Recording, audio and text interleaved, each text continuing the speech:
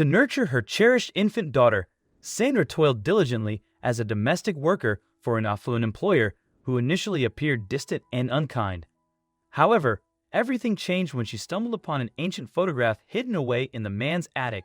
Who was this enigmatic individual, and what was the significance of her image in his possession? In the midst of Sandra's demanding daily routine, there were fleeting moments when she could briefly set aside the ache in her youthful body, the anguish of her boyfriend's abandonment, and the enduring sorrow of her orphaned existence. During these precious intervals, all else faded into obscurity, and her gaze fixed solely upon the tranquil sight of two tiny pink hands and feet, and a countenance so fragile and angelic that it touched the depths of her heart. Amelia. Sandra's lips would quiver as she whispered the name of her 4-month-old baby girl. Since the revelation of her pregnancy, Sandra's world had undergone a profound transformation. Her 3-year relationship had unraveled, her boyfriend asserting that fatherhood was not within his capabilities. Sandra had never met anyone in this world who was father material, or mother material for that matter. For as long as she could remember, she felt tossed around from one foster home to another, never making any real friends or feeling at home. There were years when she was angry at the world, unwilling to be a kind, vulnerable human to anyone in her path. But that anger got older and paler, and when Amelia came along, it completely melted away.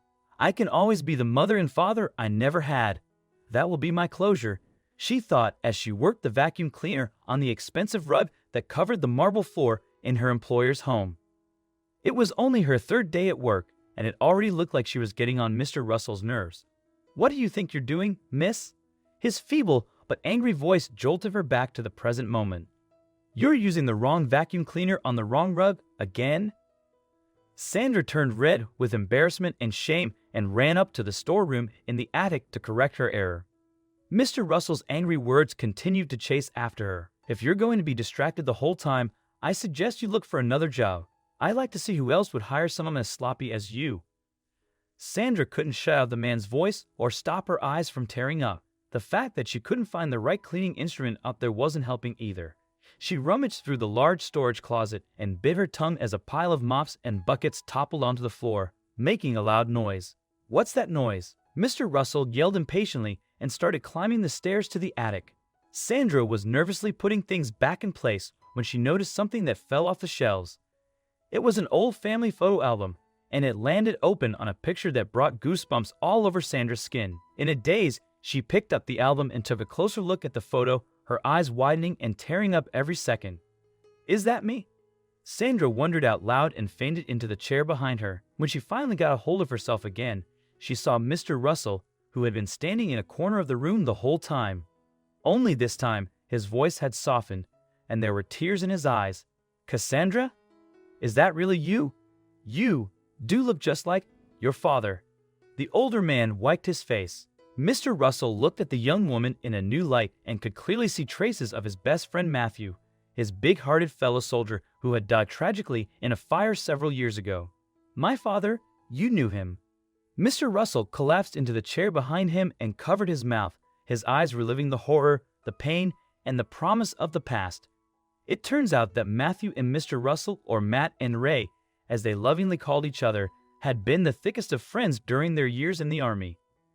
Ray was an orphan and had no family waiting for him to return, while Matt was a lucky man, married to a beautiful woman who wrote to him every day. "Ray, she wrote to me again today, and look, she finally sent me a picture of my baby girl. I named her Cassandra. Beautiful, isn't she?"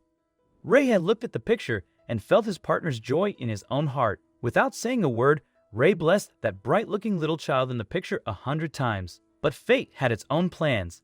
The very next day, Matthew was caught in a fire at the warehouse that he was assigned to surveil. Fighting to speak in his final moments of pain, his weak hand placed the same photo of his daughter into Ray's hands. "My wife, tell her I love her.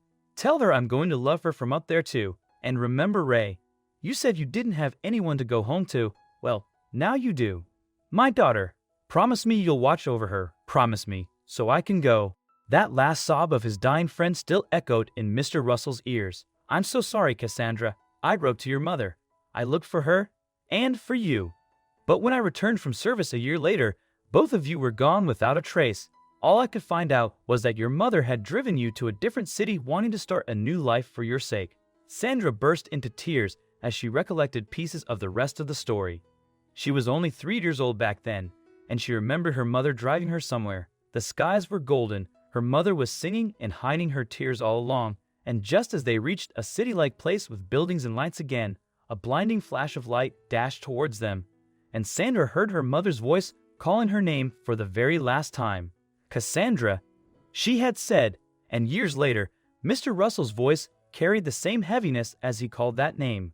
After all these years, it felt like a miraculous twist of fate that allowed Ray to finally honor his long-standing promise. To Sandra, who now insisted on being called Cassandra, it was nothing short of a blessing to have a father figure in her life once more. Throughout the remaining years of his life, Ray spared no effort in making up for lost time with his dear friend's daughter. He welcomed Cassandra and her baby daughter into his home and lavished them with every conceivable luxury within his means.